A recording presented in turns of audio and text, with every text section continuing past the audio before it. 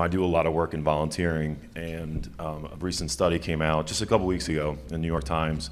Of all the modalities, of all the apps, of all the trainings that employers do in corporate America to improve the mental health of their employees, reduce their anxiety, reduce their stress, the only thing that showed a consistent improvement was volunteering. And so less and less people volunteer post-pandemic. I do not think that is unrelated to the increase in the mental health epidemic.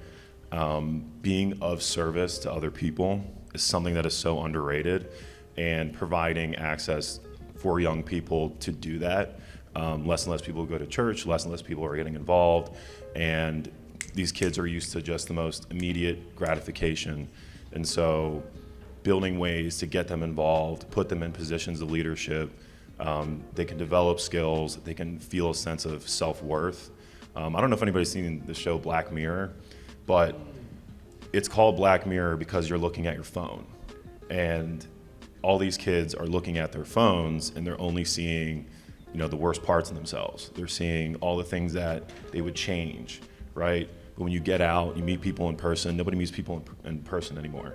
So, getting people excited about being of service to other people is what I have found to be one of the most impactful for my mental health, for anybody else's.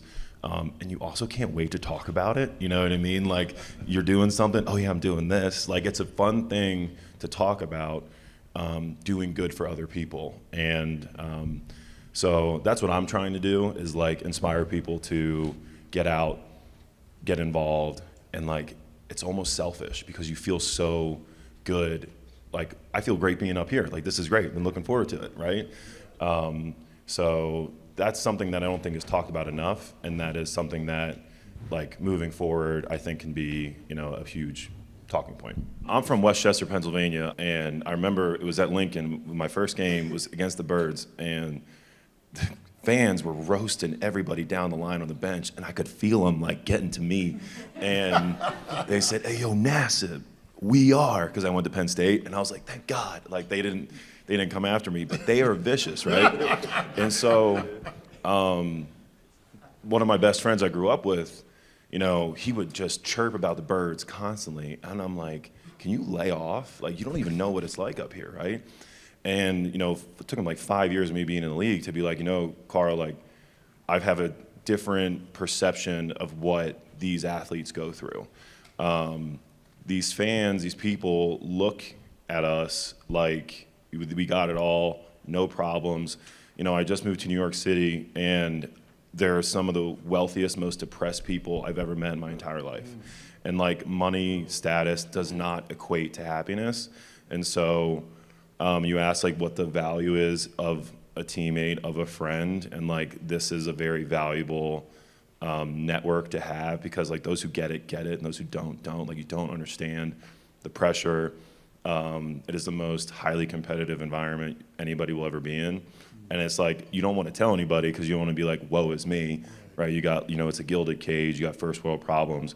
But like, the problems are real, and they don't just stop depending on your financial status. So being vulnerable, articulating your problems, but learning the tools to even identify what your problems are super, important.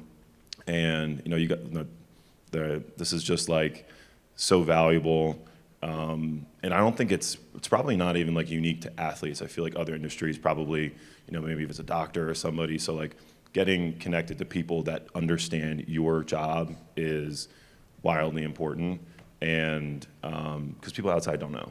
So yeah, so I think that it's incredibly important to have people in your space that you can chat with, that you can, vent to, and then like 20 minutes later you feel a lot better. I just retired in September, and so like, I'm entering a new field, and like, there's a lot of imposter syndrome, and I've been thinking like, man, I gotta get some courage. Like, I swear, I was thinking that like 2 months ago.